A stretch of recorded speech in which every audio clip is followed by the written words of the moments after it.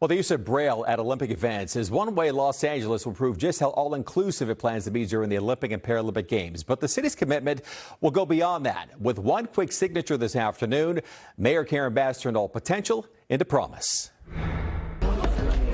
On the eve of the Americans with Disabilities Act being signed into law 35 years ago, we want to put our commitment in writing. Los Angeles Mayor Karen Bass, as we prepare to welcome the world for LA's first ever and largest Paralympic Games in 2028. putting ink to paper, reaffirming the city's commitment to accessibility for all during the Olympic and Paralympic Games in 2028. So what does that really mean? Well, besides appointing the city's first ever accessibility chief, this steadfast commitment calls for developing a plan and what the mayor calls a games-related directive, to ensure that every city department prepares for the Games in a way that is efficient and accessible to all Angelenos.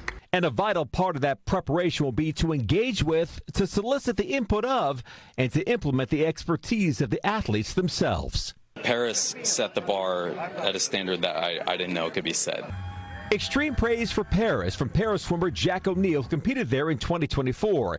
He's now part of the organizing committee for LA 28. It was incredible for us athletes to be able to move around the city once our competitions were over, and so I'm looking forward to LA being able to do the same thing with people with disabilities, keeping them in mind far after the Olympic and Paralympic Games. LA 28 will host more than 500 Paralympic events. In fact, all attention, all eyes will be focused on what will be the biggest Paralympic Games in the history of the Paralympic movement. So the city's making sure to dot every I, cross every T along the way to guarantee that LA 28 will reach a level of inclusivity and be remembered truly as the Games for all. Being somebody who's disabled in this world is not really built for us, so adapting to a lot is tough, but having LA 28 really make this commitment to making everything accessible is going to make life that a little just more easier.